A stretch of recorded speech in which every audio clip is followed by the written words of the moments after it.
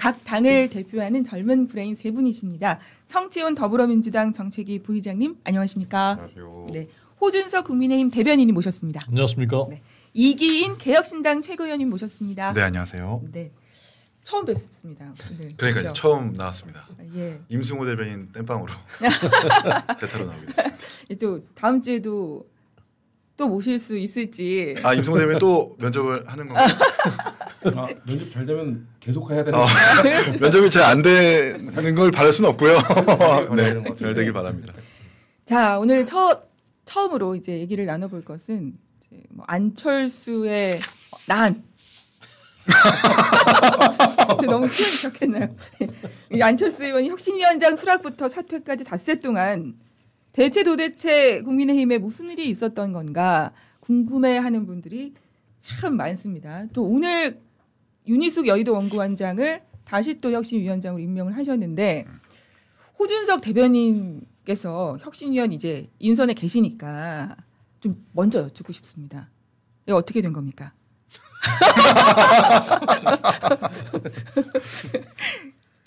아셨어요? 뭘요? 그 우리 안철수 의원께서 사퇴를 할 거라는 이거를 예상을 전혀 못 하셨겠죠? 아, 그렇죠. 몰랐죠. 네. 저도 제가 그 혁신위원 그날 발표에 제 이름이 들어있는지도 저도 몰랐는데 뭐 그런 그 간접적인 뭐 그런 언질 같은 것은 있었지만 당신이 혁신위원이 있다라고 얘기해 준 사람은 아무도 없었는데 그날 이제 발표가 됐고 그런가 보다 했는데 좀 있다가 안철수 위원장께서 전화를 주셨더라고요. 그래서 이제 사퇴하게 됐고 미리 이렇게 상의하지 못해서 미안하다 뭐 그런 취지로 이러저러해서 사퇴하게 됐다 그런 말씀을 하셔서 저도 이제 그래서 알았습니다. 그날 좀 전화 많이 받으셨죠? 누구한테요? 여러분한테 이거 아니요. 저는 인간관계가 좀 그렇게 약간 저기 실패했는지 전화가 안 오더라고요 저한테는. 작가님만 전화를 하신 거군요. 작가님은 네, 톡만 보내줬어요. 아니 혁신위원 이제 계시니까 네. 윤희숙 원장 새로운 혁신위 위원장님과는 그대로 가시는 거죠? 그렇죠. 그러니까 그때 이제 위원 6명이 인선이 됐었는데 네. 안철수 위원장이 사퇴하셨고 또 한 분이 사퇴하셨어요. 그 서울시 의원. 그래서 송경태 의원. 네네네. 그래서 이제 4명이 남아 있었던 것이고요. 그리고 이제 새 위원장이 오셨으니까 추가 인선 5명이 됐고 1명이 추가됐죠. 수원시 의원. 네. 젊은 의원 한 분은 오셔서 그래서 일단 6명이 시작을 하는 것으로 알고 있습니다. 네. 아직 그 뭐 회의 날짜나 이런 거를 뭐 오늘 뭐 발표가 됐으니까. 네네. 조만간 날짜는... 조만간 있을 것으로 들었고요. 네네. 하여간 그간의 과정은 정말 죄송한 일이죠. 국민들께 오죽하면 제 친한 후배 한 명이 그 사태 있은 후에 저한테 그 문자를 보내서 형 국민의힘은 정말 해체가 답인 것 같아요. 이렇게 저한테 얘기.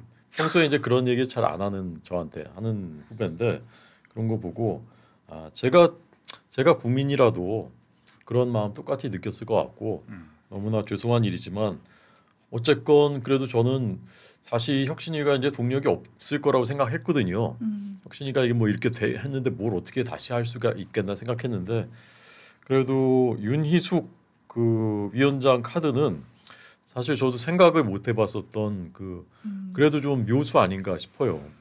국민들께 그렇지 윤희숙이면 그래도 혁신할 만하지 뭐 그런 마음이 조금 남아 있는 저는 그런 분이라 보거든요. 네네. 그래서 어쨌건 다시 시작을 하게 됐으니까 이제는 정말 실망드리지 않도록 열심히 해보는 수밖에 없을 것 같습니다. 그렇죠. 혁신위에서 갑자기 이런 일이 발생하니까 조금 가졌던 그 희망이라는 것이 좀 또 무너져 내리는 것 같은 생각이 들기는 합니다. 우리 이기인 의원께서는 어떻게 보십니까? 보통 여의도에서 혁신위를 띄운다라는 건 혁신을 안 하겠다라는 의미 통용이 되기도 하고 저도 왜냐하면 바른미래당 혁신위도 해봤었고 역대 사례를 봤을 때 혁신위가 성공한 사례가 아예 없어요. 딱 하나가 있는 건 이제 박근혜 대표 때 홍준표 혁신위원장 임명하면서 전권을 부여하고 모든 혁신안에 어떤 토시안을 안 고치고 다 받아들이겠다라는 그 전제가 됐을 때 이제 혁신안이 성안이 돼서 성공이 되는 건데 지금 이제 송원석 비대위나 역대 사례를 보면은 지금까지 계속해서 유리한 건 점하고 불리한 건 외면하는 그런 취사 선택 식의 어떤 혁신안을 그렇게 골라서 결정했기 때문에 이번 아마 혁신 위도 저는 성공하지 못할 가능성이 상당히 크다고 생각을 하고 윤희숙 위원장 같은 경우는 상당히 좋은 인사이긴 해요. 네. 정책통이기도 하고 또 국책연구기관에서 다양한 어떤 정책적 역량을 쌓았던 분이기 때문에 그리고 국민의힘이 가장 많이 하는 어떤 정치적 행보가 반 이재명 대통령에 대한 행보일 텐데 그걸 가장 잘하는 사람이기도 합니다. 그런데 정책적 역량은 뛰어날지 몰라도 정치적 역량은 사실 좀 의심이 가는 게 지난 대선 과정에서 후보 교체 사태를 한번 크게 논란이 있었잖아요. 네. 거기서 이제 윤희숙 위원장이 친윤 주류의 어떤 그 의견에 동조했었던 사람이란 말입니다. 자신의 SNS에다가 김문수 후보한테 단일화할 생각이 없으면 빨리 후보직 내려놓으라고 공개적으로 이야기했었던 사람인데 근데 그 당시에 윤희숙 원장이 아마 여의도 연구원장 직이었을 거예요. 네. 여의도 연구원장직에서 그런 말을 한다는 것도 사실 바람직하지 않은데 정당하게 당원들과 여론조사로 뽑힌 후보를 그렇게 끌어내린다는 것에 동조했다라는 사람이 다시 혁신위원장으로 온다는 자체가 글쎄요 당원들과 국민들의 눈높이에 과연 부합하는가라는 의심을 하지 않을 수가 없다라는 생각이 듭니다. 두 분이 그 윤희숙 지금 위원장에 대한 평가가 조금 다르시네요. 그렇죠? 앞으로 사람 자체에 대한 평가보다는 이제 위원장으로서는 조금 이게 적합한가? 그러니까 정책적 역량은 뛰어나지만 이제 한번 실수가 분명히 있었었고 후보 대선 교체 과정에서 동조했었던 그런 결함이 있고 또 무엇보다 혁신위가 갖는 구조적 한계가 분명히 있죠. 이중 의결 구조잖아요. 네, 혁신안을 성안에서 최고위에 올린 다음에 거기서 다시 한번 의결을 받아야 되기 때문에 이 근본적인 문제를 해결하지 않는 이상 혁신위가 성공하기는 좀 어렵겠다는 생각이 들어요. 그 부분에 대해서 짧게만 이제 제 생각을 말씀드리자면 후보 교체 과정을 이제 직접 언급한 건 아니죠. 윤희숙 원장은 그 당시에는 사실 한덕수, 김문수 단일화는 모든 국민들이 얘기를 할 때였고 저희 당 지지하시는 분들도 단일화는 다 해야 된다고 말씀하시던 그런 상황이었던 것이고 이제 그런 의미에서 그리고 김문수 후보께서도 전당대회 과정에서 계속 단일화 할 거라고 그 공언을 하셨었던 것이고 그런 차원에서 했었던 것이고 이제 그 이른바 새벽에 교체되는 거기에 이제 관여됐었던 것은 아닌 것 같고요. 어쨌건 이게 혁신안이 뭐 비대위에서 뭐 의결이 된다 하더라도 어차피 당 대표가 바뀌면 그냥 제로 될 수 있어요. 정치적인 판단이거든요. 그래서 전 내용이 중요하다고 생각해요. 내용이 국민들께 공감을 받는 내용. 국민들이 그렇지 저렇게 하면 되지라는 그런 내용을 내놓는다면 그건 뭐 비대위에서 의결하든 안 하든 그 다음 대표가 저는 추진할 그 동력이 있는 거라고 보고 그런 수준에 미치지 못하는 그런 내용이라면 뭐 비대위에서 의결했더라도 그 다음 대표가 그건 별론데 그러면 그냥 끝나는 겁니다. 저는 지금부터 얼마나 그 강도 높은 국민들 눈높이에 맞는 안을 내놓을 수 있는가 그게 중요하다고 생각합니다. 네.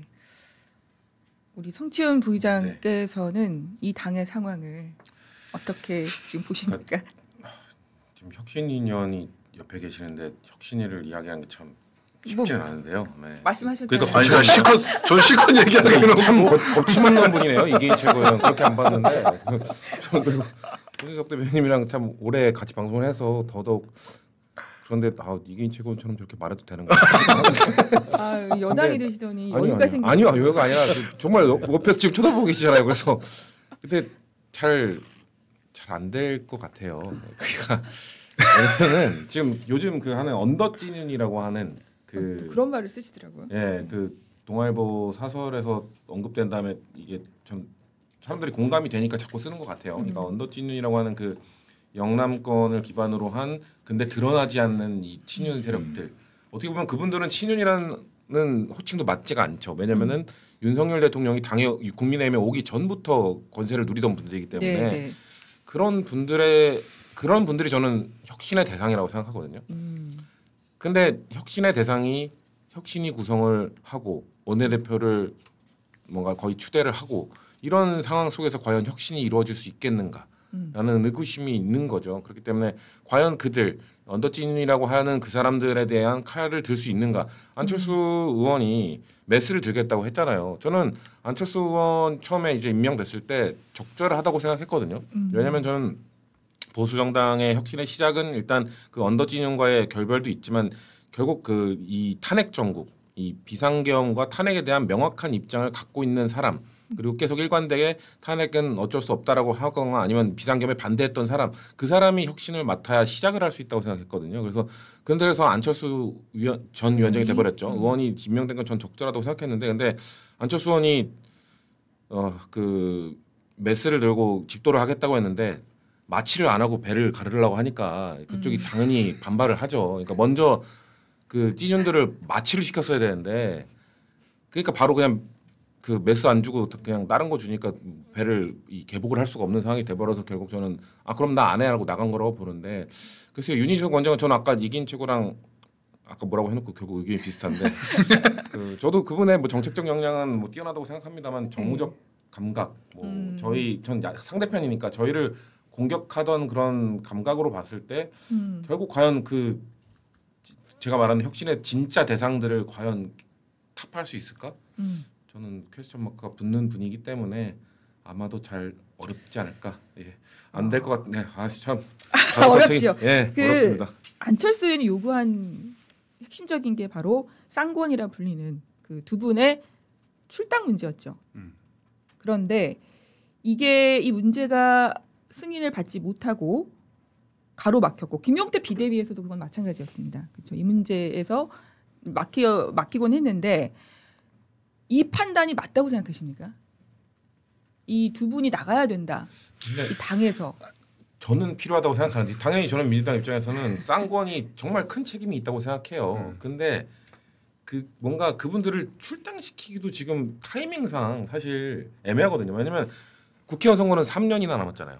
사실 차기 총선 불출마를 하더라도 타이밍이 지금 3년 남았는데 불출마 선언해버리면 그 사람의 힘이 쫙 빠지거든요. 그래서 참 어차피 혁신의 대상이고 어차피 불출마하는 거 시기가 뭔 상관이라 할지 모르겠습니다만 저는 타이밍도 매우 중요하기 때문에 그 둘을 뭔가 정계 은퇴시키는 건 전 맞긴 합니다만 그런 식으로 먼저 제안을 했다. 그러니까 아까 제가 말했잖아요. 마취를 먼저 시키고 칼을 들어야 되는데 바로 배를 갈라버리려고 한 거라고.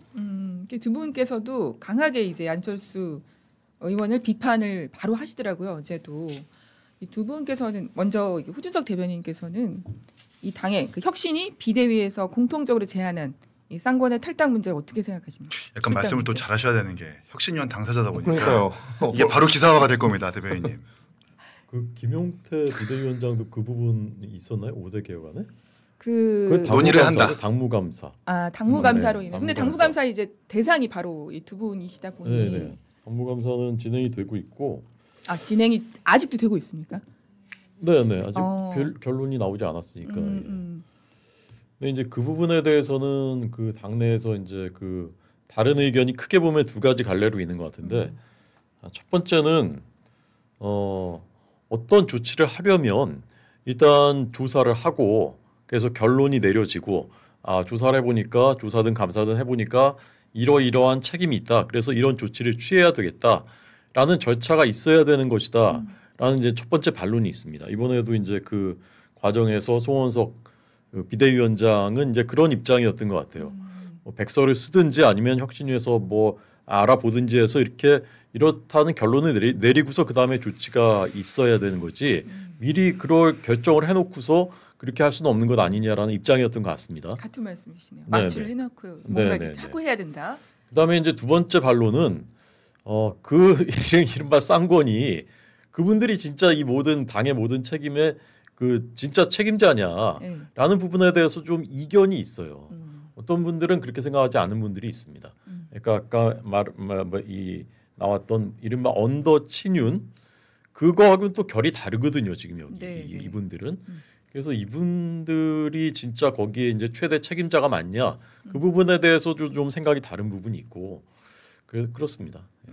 어려운 문제긴 합니다. 더 이상 말씀드리기가 참 어렵습니다. 저는 이제 안철수 의원의 단 한 가지 실수라고 보는 것은 아까 말씀하신 대로 마취를 안 하고 개복하려고 했던 거 뭐 예열 없이 밥을 지으려고 했던 거, 시동 안 걸고 악셀 밟으려고 했던 거, 저는 이게 문제라고 생각을 해요.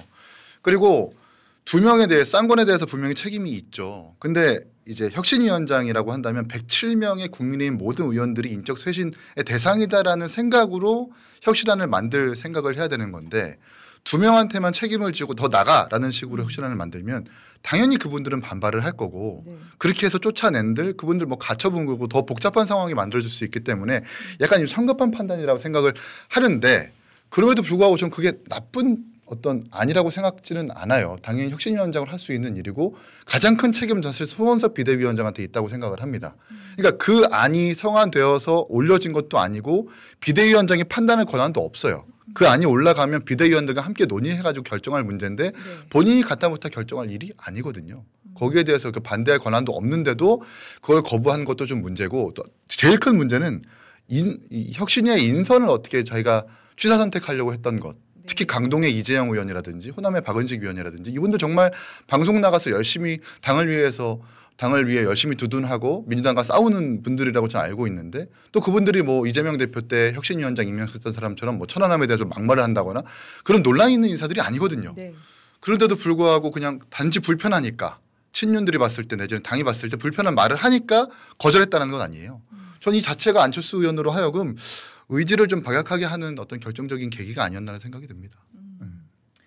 그 아까 말씀하셨으니까 언더찐윤이라는 새로운 또 신 용어가 또 탄생을 했기 때문에 그 얘기를 좀 해보겠습니다. 그러니까 입에 처음 김상욱 의원이 한 달 전쯤에 뭐 언더찐윤 이 얘기를 하신 것 같은데 뭐 이분들의 실체가 무엇인가 정말 국민의힘 쇄신을 가로막는 실세들이라는 것이 있는 것인가 진짜 궁금합니다. 이 안에서는 내부에서는 어떤 판단을 하고 있는지 국힘에서는 여기서도 의견이 좀 갈리긴 하죠. 언더찐윤이라는 말에 이게 가능합니까? 그러니까 저도 사실 제가 모르는 부분이 많거든요. 저는 이제 국회의원도 아니고 당에 들어온 지도 얼마 안 됐기 때문에 진짜 이렇게 뭐 내밀한 그룹이 있고 여기에 결속력이 굉장히 강하고 이런지 사실 저는 정확히 모르겠어요. 근데 제가 느끼기에는 이 이른바 이제 구주류들의 결속력이 굉장히 끈끈하고 누가 이제 보스가 있고 이런 것은 아닌 것으로 저는 느껴요. 네. 근데 이제 윤석열 전 대통령이 집권하고 있을 때는 대통령이 그 뒷배였죠. 대통령이라는 강력한 권력과 또 여러 가지 이제 그 해줄 수 있는 것들이 있기 때문에 그걸 구심점으로 이렇게 모여 있었던 건데 일단 그 구심점이 없어졌어요. 저는 이제 이 계파 이른바 친윤이라는 계파 이걸 계파라고 부를 수 있다면 여긴 사실 중간 보스도 없어요. 2인자도 없고 관리자도 없습니다. 근데 그냥 절대적이었던 보스가 없어졌는데 나머지는 저는 이제 거의 각자 도생하는 이런 것이라고 보거든요. 근데 이제 정서적인 유대감은 있을 수 있어요. 우리는 저쪽은 좀 싫어. 뭐 이런 좀 정서가 좀 있을 수 있고 그다음에 이제 지역적 기반이 비슷하니까 거기에서 이제 친밀감이 있을 수 있고 거기에 이제 뭐 재선이든 삼선이든 했던 분들은 거기서 이제 인간관계도 있을 수 있고 전 아마 이제 그런 것들을 지칭하는 것 같아요. 전반적인 이제 경향성도 조금 뭐 이념적인 경향성도 어느 정도 비슷할 것 같고 그런 그 서클을 지칭하는 것 같은데 저는 뭐 이것이 당에 강력한 어떤 해악을 미치고 있다라면 조치가 있어야죠. 네. 근데 어떻게 조치할 수 있을지 모르겠어요. 이게 무슨 이름이 있는 모임도 있는 그렇죠. 것도 아니고.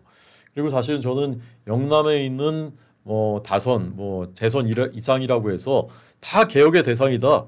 저 사람들은 다 기득권이다. 이렇게 규정하는 것은 저는 옳지 않다고 생각해요. 네. 거기 훌륭한 분들도 많습니다. 제가 보기에. 그리고 개혁적인 생각을 하는 분들도 많고. 근데 이제 전반적으로 조금 감수성이 떨어지죠. 민심 감수성이. 왜냐하면 수도권에서 좀 우리 당에 반대하시거나 아니면 좀 마뜩치 않아 하는 분들을 덜 만나기 때문에 좀 절박함이나 감수성이 없는 것은 맞아요. 그렇지만 그렇다 해서 다 내보내고 다 내보내면 그럼 어떻게 하죠? 거기 또 누군가 공천받아서 거기 의원이 될 거잖아요. 또 영남 의원들이 또 비슷한 양상이 반복될 거예요. 저는 이게 저희 당의 혁신에서 어떤 이른바 인적 청산 이런 것도 어느 정도는 국민들께 보여드리기 위해서 필요한 측면이 있다고 생각하지만 그걸로 끝나서는 안 되는 거죠.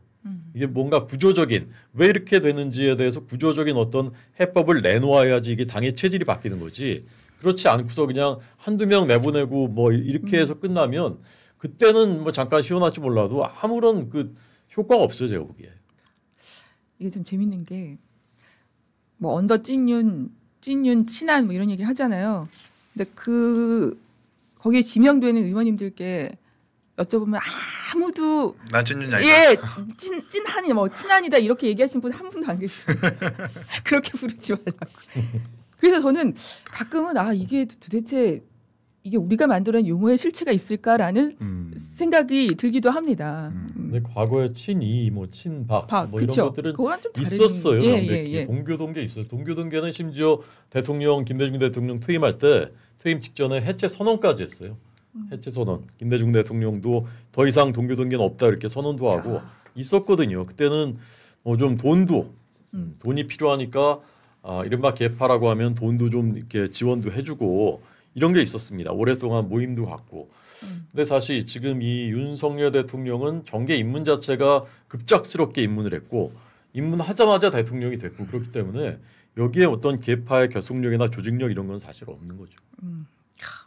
그 얘기를 하니까 민주당도 있잖아요. 이 박찬대 의원님이냐 정청래 의원이냐 이게 누가 될 것인가. 근데 그분들은 언더가 아니라 그냥 그쵸. 온더. 강성 오버다 친명. 예. 오버. 누가 강성이냐. 그러니까 예. 그냥 이미 그분들은 친명입니다 하는 분들이잖아요. 근데 언더 이찐윤들을 왜 언더라고 하는가?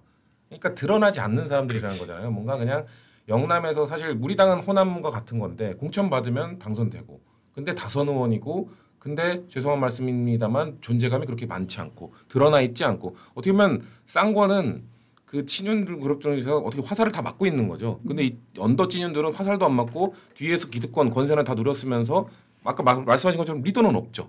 그냥 영남 지역에 있는, 그리고 그 친윤들도 보면은 그 언더 친윤이라고 하는 사람들 보면은 공천을 뭐 권성동원도 공천 한 번 떨어졌던 적도 있잖아요. 그러니까 네. 다 고난도 겪고 하면서 결국 버티면서 뭔가 본인들이 유리한 지역에서 살아남은 사람들, 그런 사람들끼리 약간 결국 왜 근데 그럼에도 언더하고 찐윤이 붙었느냐? 윤석열 대통령을 당 외부에서 데리고 오고, 그리고 대통령 만들고 그 기간 동안 약간 권세를 누리고, 그런 다음에 윤석열 대통령이 이렇게 됐는데도 여전히 권세를 계속 누리려고 하기 때문에 그거에 대해서 윤석열 정부 시절에 권세를 누렸던 사람들은 뭔가 책임감을 느끼고 뭔가 뭐라도 해야 되는 거 아니냐라는 그 바깥 사람들이 봤을 때는 이 사람들은 숨어 있는 찐윤이다. 그래서 언더 찐윤 하면서 비판을 하는 것 같아요. 그러니까 저희 당이 지금 박찬대 후보랑 정청래 후보가 붙을 때 뭐 그냥 그분들이 친명임을 부정하는 사람도 없고 그냥 오히려 더 강하게 친명임을 어필하고 있잖아요. 그러니까 이렇게 숨기는 사람들이 비판받는 이유는 이렇게 물밑에서 작동을 하기 때문에. 그러니까 아까 앵커께서 말씀하신 것처럼 물어보면 또 아니라고 하고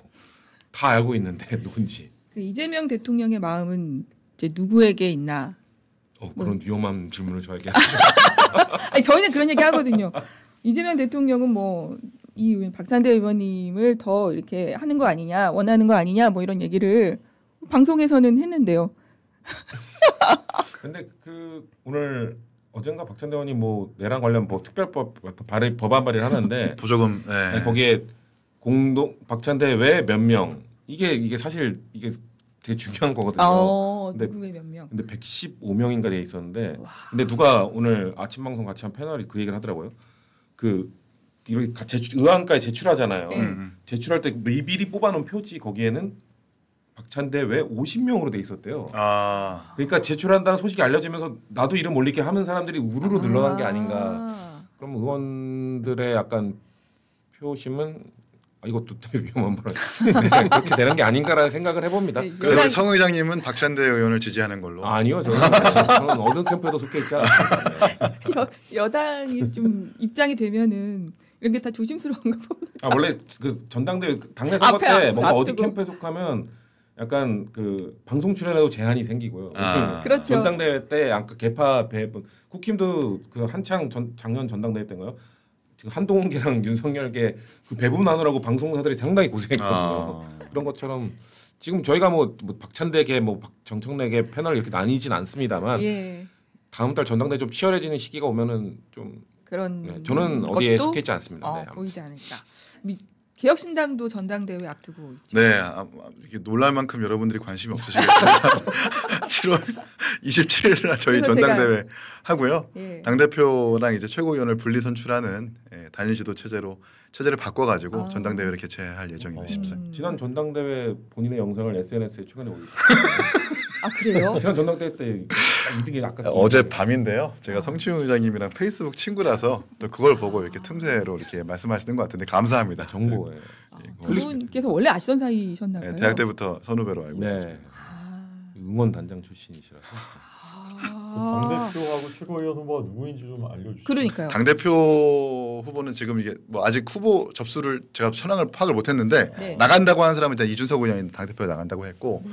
최고위원은 지금 너무 많아요. 김성열 수석 대변인도 나간다고 하고 또 형사법, 형소법 전문가라고 하는 김정철 변호사도 나간다고 하고 또 여러 사람 또 그리고 이번에 대선 과정에서 이제 울산 시의원을 했었던 경민정 대변인도 나간다고 하는데 여러 사람이 지금 나간다고 하니까 좀 관심을 가져주셨으면 좋겠다는 생각을 말씀을 몇 드립니다. 명 선출합니다. 3명 선출하고요. 당 대표는 1명이고 예, 그렇습니다. 그럼 제가 관심을 가져서 한 번 더 질문을 드리면은 네. 가장 가능성이 높은 이준석 의원은 도대체 러닝메이트, 그러니까 도대체 누구를 마음에 두고 계실까? 워낙 이준석이라는 사람의 성정이라고 하는 게 자신의 어떤 속내를 잘 드러내지 않는 성격이기 때문에 누구를 이렇게 러닝메이트다라고 지적하는 사람이 아닙니다. 지난 전당대회 때 속내를 좀 드러내서 이긴 측으로 밀어줬어야 되는데 속내를 드러내지 않아서 그 당 나가신 분한테 허은하 의원님한테 졌죠. 이긴 측은 이길 수 있는 이번만큼은 당원분들이 잘 판단해 주시기를 부탁드리겠습니다. 그러니까요. 좀 가끔은 이 이준석 의원님을 진짜 이해가 안 될 때가.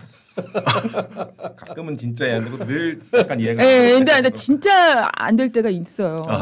속내를 잘 모르겠어서. 네, 이 정치인들이라는 게 정치라는 게 원래 내일을 알 수 없지만. 그렇죠. 정말 제일 알 수 없는 분 중에 한 분이다. 근데 이제 이 정치판에서 자기 속내를 뻔히 드러내는 사람이 항상 피해를 보는 바닥이 이 바닥이기 때문에. 그래서.